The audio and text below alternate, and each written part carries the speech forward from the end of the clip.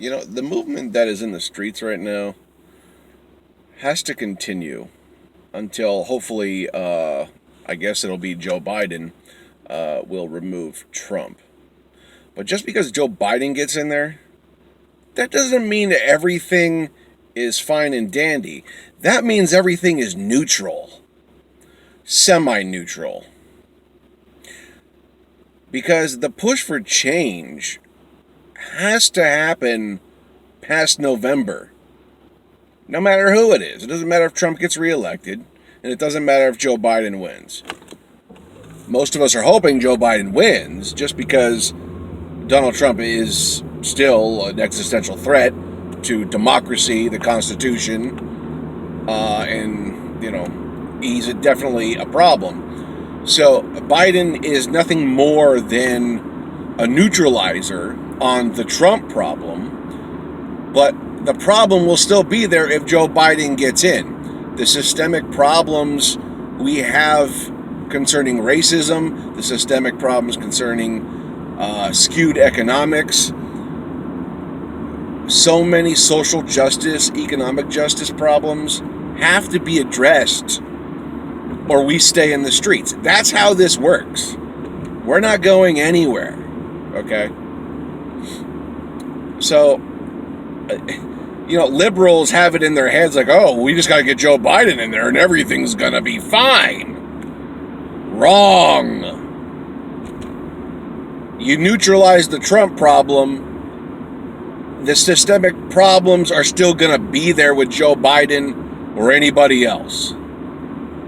And since Bernie Sanders, who we know is the person to address these problems, is the time and the place, the person to address these problems, and he's not that person now, Joe Biden will have to deal with them if he's the guy. And the streets will be filled with angry citizens asking for change, asking for equality, asking for systemic change. Okay? Joe Biden, the act of getting him into office, which I don't really see that happening. I honestly believe Trump will be reelected. Tell me why I'm wrong in the comments. I strongly believe he will be reelected. He was underestimated in 2016. He's still underestimated now. You have the 45 and under crowd who don't care about voting. I have no faith they will show up and do the right thing. These people feel rightfully scorned.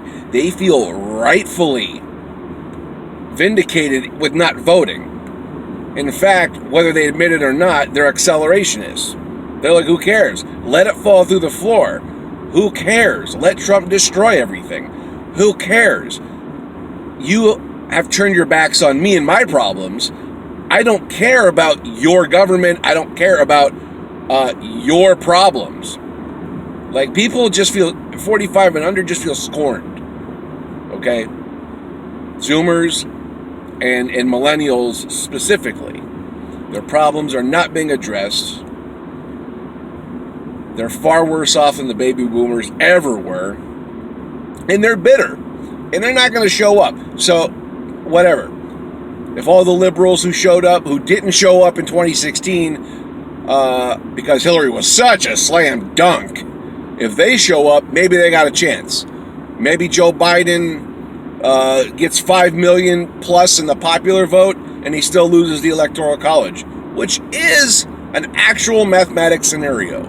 So, the 45 and under crowd are just saying, screw your system, screw your problems, I got my own problems, you haven't helped me, I'm not showing up. I firmly believe that is the case.